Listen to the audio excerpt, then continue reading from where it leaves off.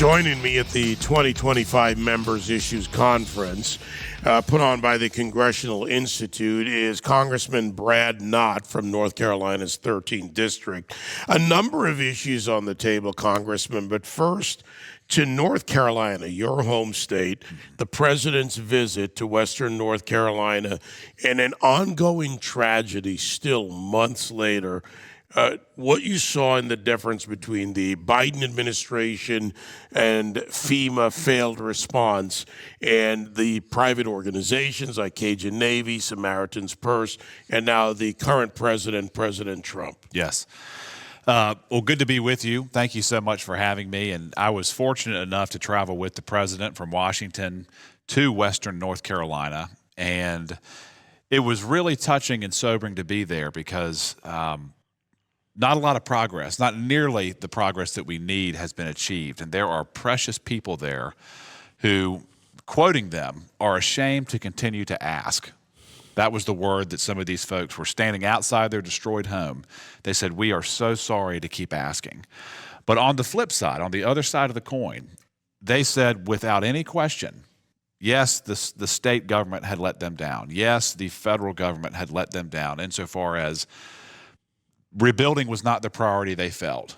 But they had been sustained, they had been cared for, they had been prayed for by just a flood of what they called their neighbors. People from all over North Carolina, people from all over the southeastern United States had either sent food, water, medical care. They had donated time, generators, and people like the Samaritan's Purse. It's an unconditional level of support that they felt from their neighbors that had gotten them through this terrible time. And what I saw, David, was when President Trump was there, he had a joining in spirit of that. Just get the job done, whatever it takes. If there's something that's hindering the federal government, whether it's bureaucracy, policy, sign-off forms, literally, just forms that aren't being checked off, get rid of that and get the aid to the people so that they can rebuild their lives. So it was a wonderful experience. He's focused on delivering for North Carolina. He's focusing on kind of adopting that mentality of get it done regardless of what it takes. And it was quite a sight to behold. And, you know, an important part of this, as I see it, there's the immediacy and the need. Yes. There are literally lives on the line in so many ways. Then you get to the businesses, whether it's agriculture or otherwise, whatever it happens to be. There's also another component of this, government that doesn't respond based on the need at the moment, but this broader policy approach, this preferred provider for maybe the wood that's needed, the materials that's needed.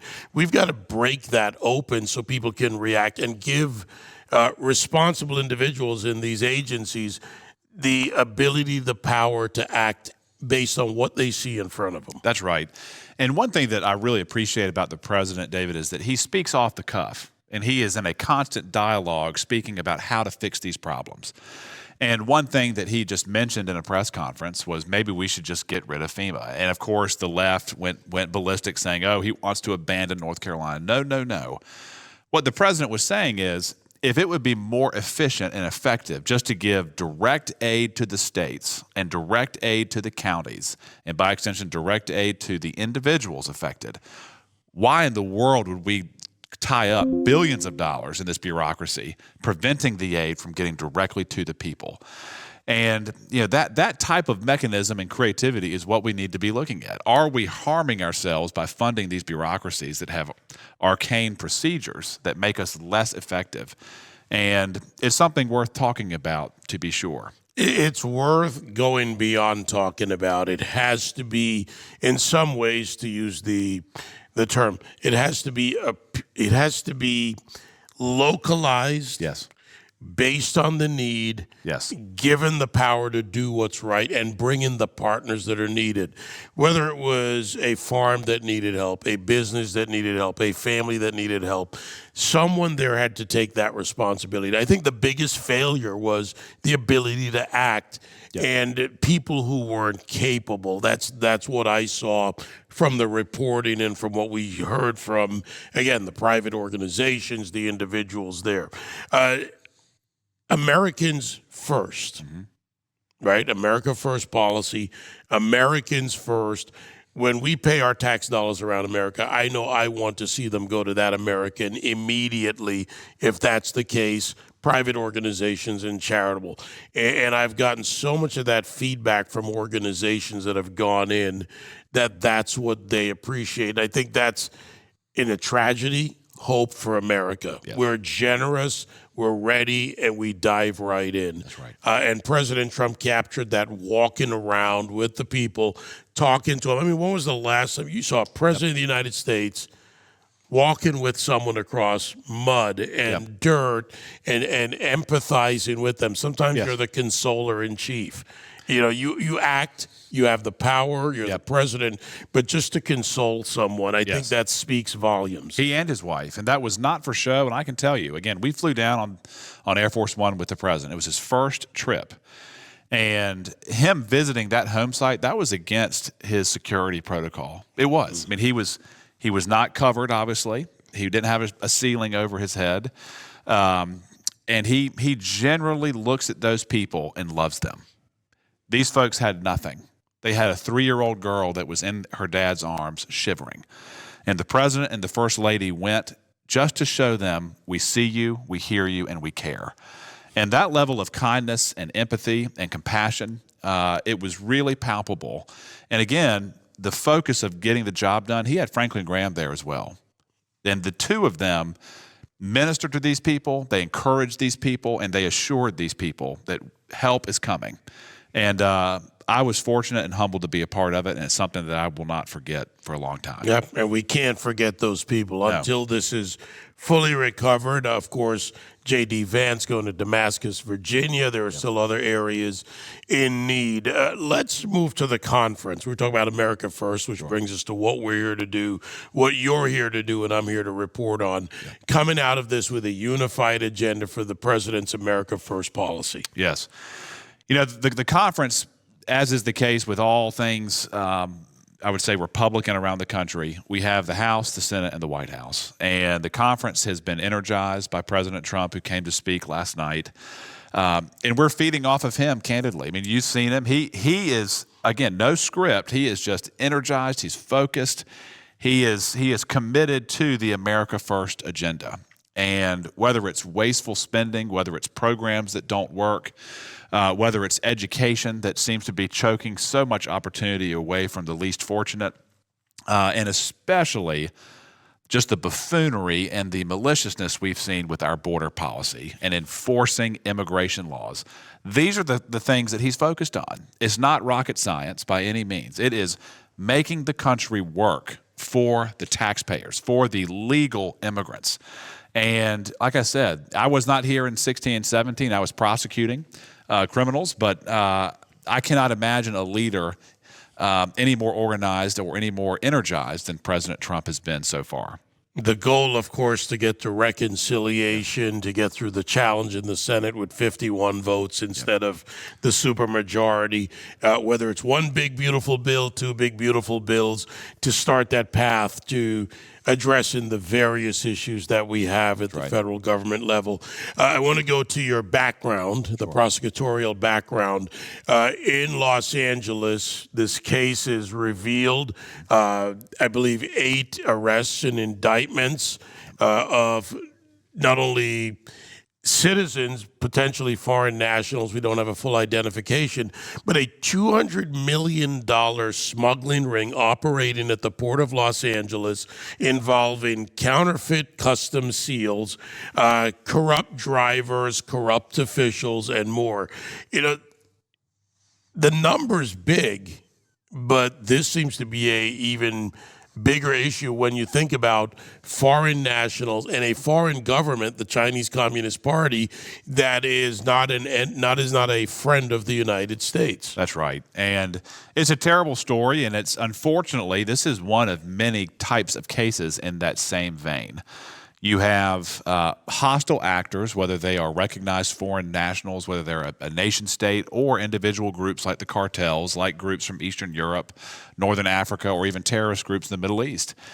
If you wanted to do America harm, what was there to prevent you from coming here to do it the last 4 years? There was not one deterrent that was enforced, that was implemented, and that was designed and publicized to the world. Do not come here to harm this country. I saw it as a prosecutor. I saw how the policies that were implemented from Washington trickled down to the local level, and it absolutely handcuffed us, pardon the pun, but it prohibited us from tackling very, very obvious public safety threats and organized criminals. And when you have the open border, when you have lack of enforcement, when you have zero appetite to go after obvious criminality all around us, everyone sees the effects of it just on a controlled substance level. The homelessness, the violence, the gun violence, the petty crime, the people on the side of the street who look like zombies. The effects of the open border and intentional organized crime surround us, and there was no effort to change course. Until his very last day in office, President Biden was committed to keeping the border open and not punishing those who were coming here to do harm. And we're going to be suffering for that for a long, long time. In that case in California, again, why wouldn't an adversary exploit our weaknesses when it's that obvious? And there's a common sense component of this, and the president talked about it in the inauguration and in his remarks, that we have to restore common sense. As you said, why would an adversary not take advantage of this? They were already trying before Biden opened the borders fully. That's right. Opened our ports, took away the response of law enforcement, and now we have a multi-year problem ahead of us. And unfortunately, and hopefully not, but unfortunately, Americans may pay the price with their lives. They do under fentanyl.